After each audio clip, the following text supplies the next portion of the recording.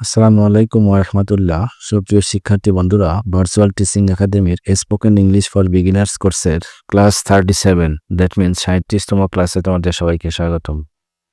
বন্ধুরা, এই কোর্সের প্রত্যেকটি ক্লাসে আমি নির্দিষ্ট কিছু স্ট্রাকচার নিয়ে আলোচনা করেছি এবং সেই স্ট্রাকচার ইউজ করে কিভাবে খুব সহজেই একাধিক সেন্টেন্স তৈরি করা যায় এগুলো নিয়েও ডিটেলস আলোচনা করেছি।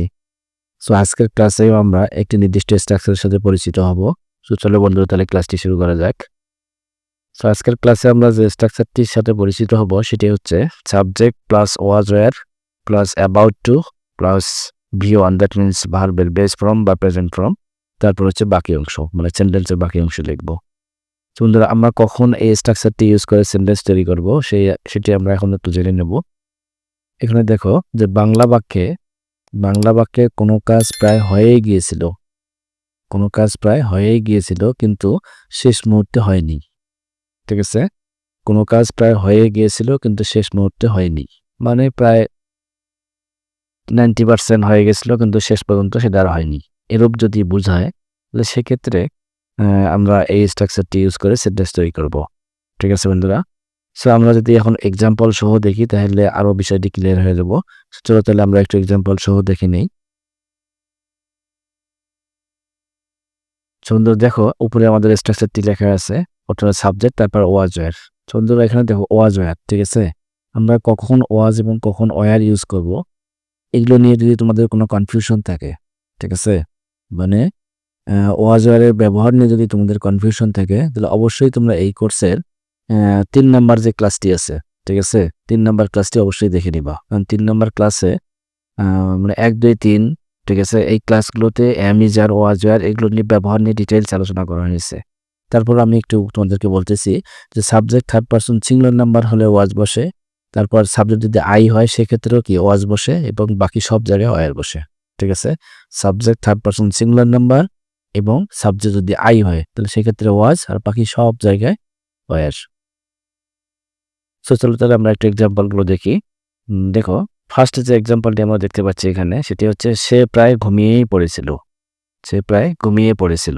ঠিক আছে, তা দেখো প্রথম আছে সাবজেক্ট হচ্ছে কি হি, তারপরে ওয়াজ ওয়্যারের মধ্যে কি ওয়াজ, কারণ হি হচ্ছে থার্ড পারসন সিঙ্গুলার নাম্বার যার কারণে কি ওয়াজ ব্যবহার করা হয়েছে। আর তারপর হচ্ছে কি অ্যাবাউট টু আর ঘুমিয়ে পড়ার ইংলিশ হচ্ছে কি স্লিপ। তাহলে স্লিপ ভার্বের বি ওয়ান বা প্রেজেন্ট ফর্ম হচ্ছে কি স্লিপ। ঠিক আছে, তাহলে সে প্রায় ঘুমিয়েই পড়েছিল, তাহলে ইংলিশ হচ্ছে কি he was about to sleep. Next যে এক্সাম্পলটি আমরা দেখতে পাচ্ছি এখানে সেটা হচ্ছে আমি সেখানে প্রায় পৌঁছেই গিয়েছিলাম। তাহলে এখানে সাবজেক্ট হচ্ছে কি আই, মানে আমি। ঠিক আছে, আই, তারপর আই এর পরে কি বসে ওয়াজ, যেটা একটু আগে আমি বললাম তোমাদেরকে যে আই সাবজেক্ট হলেও তখন কি ওয়াজ বসে। তাহলে আই ওয়াজ, তারপর অ্যাবাউট টু রিচ দেয়ার, আমি সেখানে প্রায় পৌঁছেই গিয়েছিলাম। সো বন্ধুরা, নেক্সট যে এক্সাম্পলটি আমরা দেখতেছি এখানে তারা প্রায় জিতেই গিয়েছিল। তাহলে এখানে সাবজেক্ট আছে কি দে। ঠিক আছে, তারা আছে দে, তারপর দে পর কি বলবো were, third person plural number, কারণ থার্ড পারসন সিঙ্গুলার নাম্বার হলে ওয়াজ বসে, বাকি সব জায়গায় were. That means third person plural number হলে কি হবে ওয়্যার হবে। তো they were about to win, তারা প্রায় জিতেই গিয়েছিল। ঠিক আছে বন্ধুরা, সো লাস্ট যে এক্সাম্পলটি আমরা এখানে দেখতে পাচ্ছি সেটি হচ্ছে আমরা মোবাইলটা প্রায় কিনেই ফেলেছিলাম। সো দেখো উইয়ের পরে কি বসে ওয়্যার বসে, we were about to buy the mobile phone, আমরা মোবাইলটা প্রায় কিনেই ফেলেছিলাম। সো বন্ধুরা, আশা করি বুঝতে পারছো। সো এভাবে তোমরা দেখো এই ধরনের এই টাইপের যে বাংলা সেন্টেন্সগুলো, ঠিক আছে, যে প্রায় আছে, ঠিক আছে, মানে দেখো এই কাজগুলো কিন্তু প্রায় হয়ে গিয়েছিল কিন্তু হয়নি, শেষ মুহূর্তে সেই কাজগুলো কিন্তু হয়নি। সো এই টাইপের সেন্টেন্সগুলো তোমরা বাসায় মানে অনেক প্র্যাকটিস করবা। ঠিক আছে, প্র্যাকটিস করে মানে আগে প্রথমে বাংলাগুলো লিখবা, তারপরে ইংলিশগুলো লিখবা। এভাবে তোমরা তোমার ফ্রেন্ড সার্কেল বা আত্মীয় স্বজন কারোর বিভিন্ন ইয়ের সঙ্গে প্র্যাকটিস করবা।